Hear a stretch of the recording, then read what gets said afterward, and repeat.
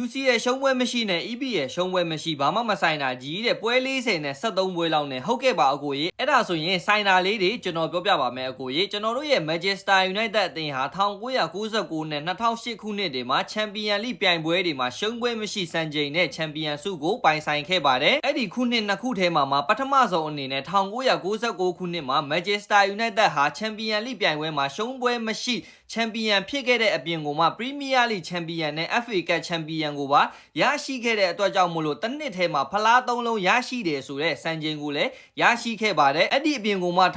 1999ကနေ2001အထိကို Back to Back Premier League ချန်ပီယံဆုကိုလည်းပိုင်ဆိုင်ခဲ့ပါတယ်2008ခုနှစ်မှာလည်း Manchester United အသင်းဟာ Champions League ပြိုင်ပွဲမှာရှုံးပွဲမရှိချန်ပီယံအပြင်ကိုမှ Premier League ချန်ပီယံနဲ့ FIFA World Cup ချန်ပီယံတို့ကိုရရှိခဲ့ပါတယ်အဲ့ဒီအပြင်ကိုမှ Community Shield ချန်ပီယံကိုလည်းရရှိခဲ့ပါတယ်ဒါတွင်ပဲမဟုတ်ပါဘူး2009 2008 2009မှာလည်း Premier League ဖလားကို Back to Back 3နှစ်ဆက်တိုက်ရရှိခဲ့ပါတယ်အဲ့တော့အဲ့ဒီနှစ်နှစ်ကိုကျွန်တော်တို့ကြည့်မယ်ဆိုရင် Manchester United အသင်းအနေနဲ့ဒီနှစ်အတွင်းမှာဖလားပေါင်း9လုံးအထိကိုရယူနိုင်ခဲ့ပါတယ် Arsenal fan တွေကတော့ပြောမှာပေါ့နော် FA Cup နဲ့ Community Shield တို့ကအရေးမပါဘူးဆိုရင်တော့မှ Manchester United အနေနဲ့ဒီနှစ်ထဲမှာအရေးပါတဲ့ဖလား9လုံးအထိကိုရယူနိုင်ခဲ့ပါတယ်အာဆင်နယ်အသင်းဘက်ကိုကျွန်တော်တို့ပြန်ကြည့်မယ်ဆိုရင်49ပွဲဆက်ရှုံးပွဲမရှိခဲ့တဲ့နှစ်မှာမှအာဆင်နယ်အသင်းဟာ Premier League ရွှေဖလားတစ်လုံးကိုပဲပိုင်ဆိုင်ခဲ့ပါတယ်ဒီနေရာမှာကျွန်တော်ပြောပြချင်တဲ့အာဆင်နယ်ဖန်တွေကျွန်တော်က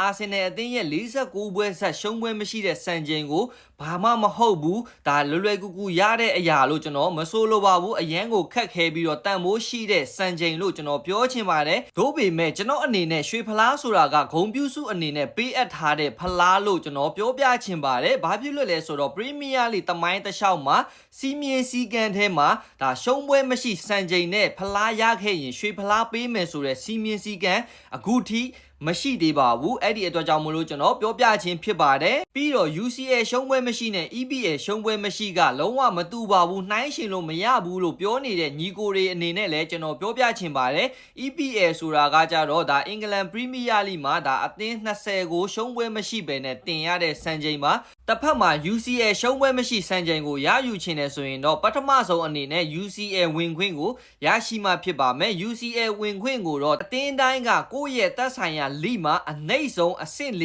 ဝင်ရပါမယ်ပြီးရင်ဥရောပမှာရှိတဲ့လိအတီးတီးကအကောင်းဆုံးဆိုတဲ့အသင်း၄သင်းနဲ့ရှင်ပြိုင်ပြီးတော့ရှုံးပွဲမရှိဘဲနဲ့ချန်ပီယံဆုကိုရယူနိုင်မှဒါဒီစံချိန်ကိုရရှိမှာဖြစ်ပါတယ်ဒါဆိုရင် UCL ရှုံးပွဲမရှိနဲ့ EPL ရှုံးပွဲမရှိဆိုတာကနှိုင်းရှင်လို့ရမရဆိုတာအားလုံးလည်းရှင်းသွားမယ်လို့ကျွန်တော်မျှော်လင့်ပါတယ်အားလုံးပဲကျေးဇူးတင်ပါတယ်